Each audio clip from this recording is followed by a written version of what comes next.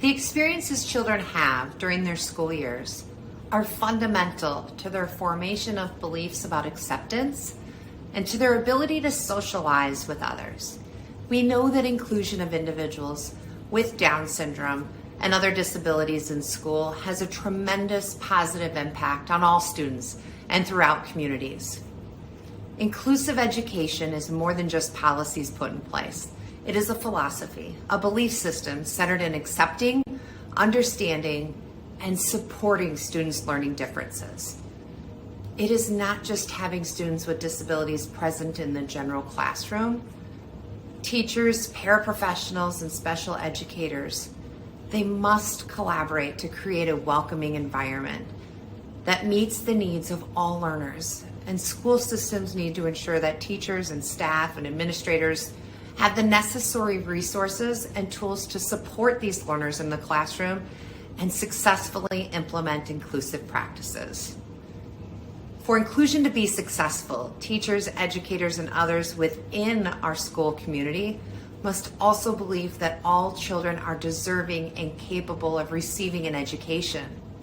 To change attitudes and foster that belief, the entire school community, they must be taught to understand and value the strengths and capabilities of students with intellectual and developmental disabilities, or IDD, to focus on what they can do and the value that they bring to each school community as a whole. School staff must presume competence.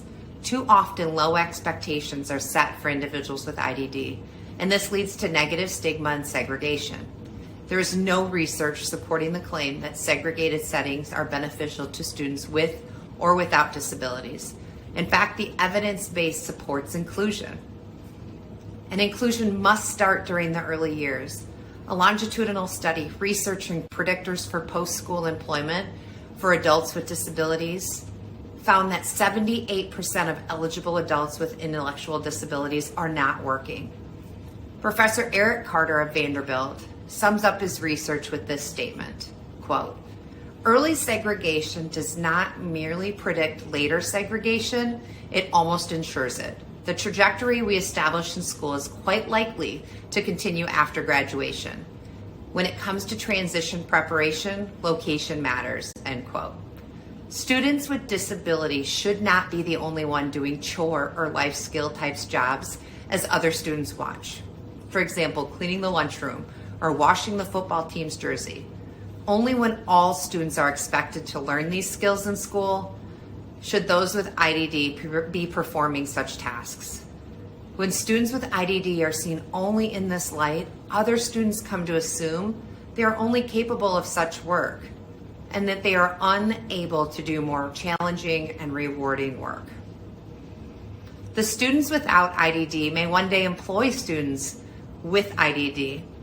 And when students experience inclusion throughout their educational career, they are less likely to see others as different, incapable, unworthy, or less than.